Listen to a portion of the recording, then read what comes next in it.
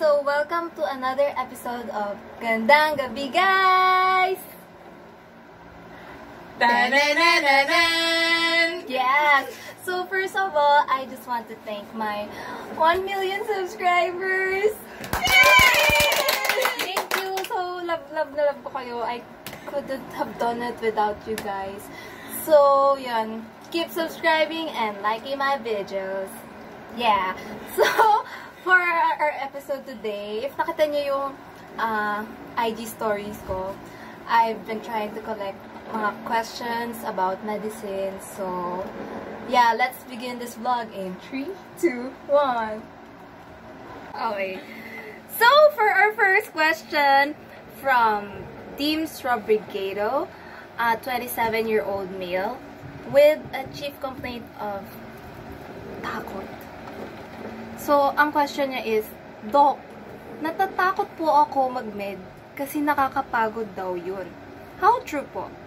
So, yun nga, nakalimutan ko sabihin sa intros na ang mag-answer pala ng mga questions nila ay mga AMCM interns. So, just a short background about them.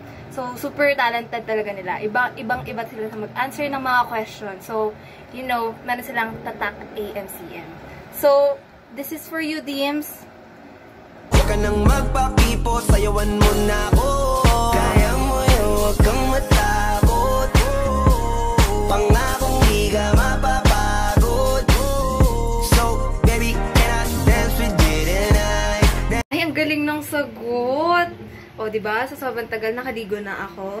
So, Deems, okay ka ba sa answer na yon? Okay tayo? Okay.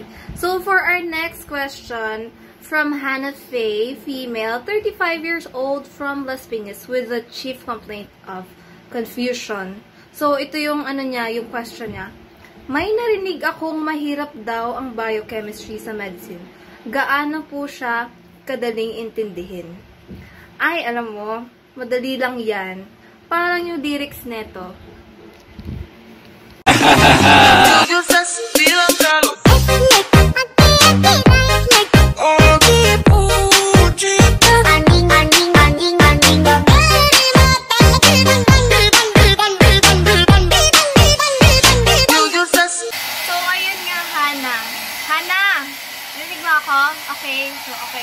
So, yun nga, nalaman mo na ganun pala siya kadali-dali lang, di ba? Okay, so good side dyan.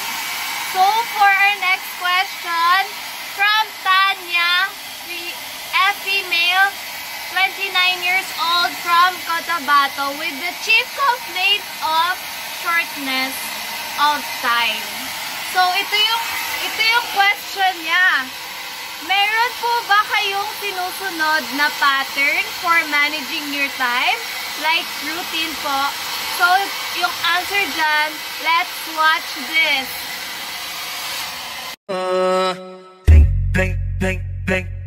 Vem sentando, vem fudendo, vem sentando, vem.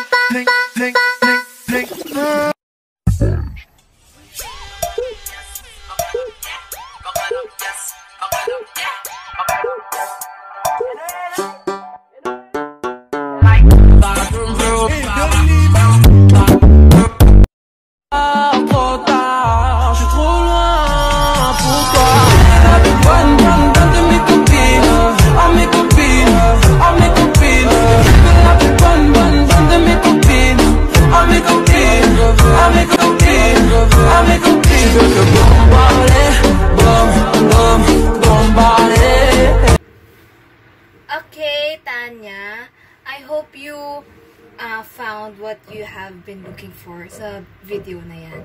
So, for our next question, it's from, wait lang, Catherine, female, 26 years old from Isabela, with a chief complaint of difficulty in committing. So, yung question niya is, gaano ka-devoted ang mga medical students sa kanilang pag-aaral? So, let's try to watch this kung gaano ba talaga devoted. So, yeah, watch. There's no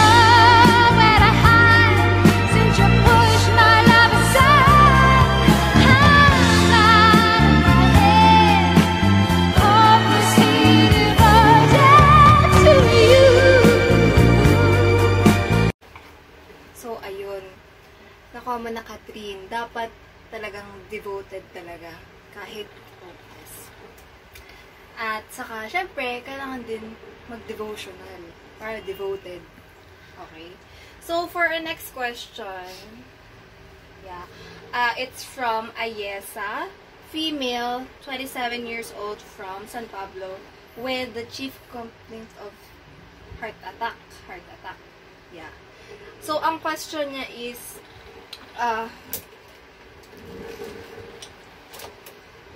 mahilig daw po mag-stress eating ang mga med students after exams. Bakit po ganon? Ano po ba ang feeling nyo after ng mga exams? So, let's watch this. Savage love, did somebody break your heart? Looking like an angel, but you're savage love. When you kiss me, I know you don't get two fucks, but I still want that, your savage love. So, ganun talaga, Ayesa. Napaka-savage. Wala. Savage love. So, I hope you got what you're trying to get. So, for our next question, it's from Senya. Female, 28-year-old from Pandan, Antique, with a chief complaint of cognitive loss. So, ang question niya is, may mga nakuha pong pictures yung mga doctors na natutulog pag duty. 36 hours daw po talaga ang duty nila. Ano po kaya ang feeling after mag-duty ng ganun katagal?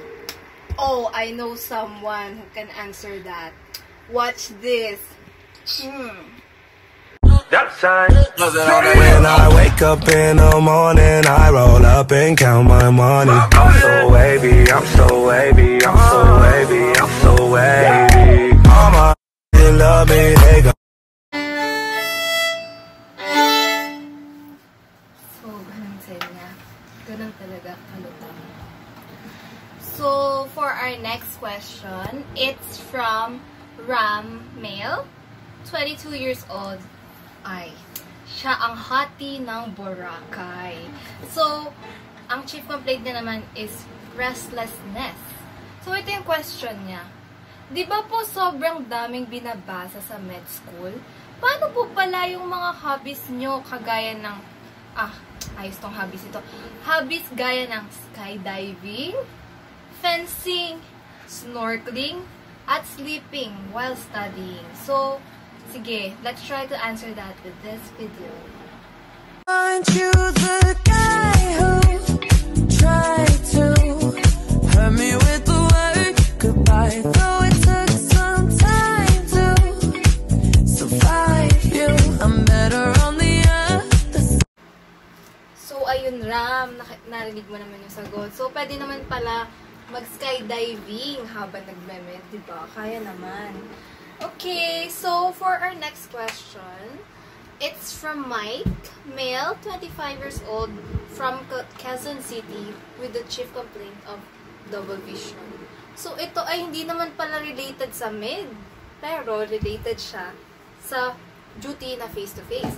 So, ang question niya is, pwede po ba malaman kung ano po ang description nyo sa mga interns na babae sa AMCM para po sa pagpili for matching ng APMC? Go! So, I think you should watch this. Hindi ng aking pag-ibig, ikaw ang binibining na ninanais ko, binibining marikit na dalangin ko, ikaw ang nagbigay ng kulay sa aking mundo, sana ay ipong habang buhay na ito, ikaw ang binibining na ninanais ko, binibining marikit na dalangin ko, ikaw ang nagbigay ng kulay sa aking mundo, sana ay ipong habang buhay na ito.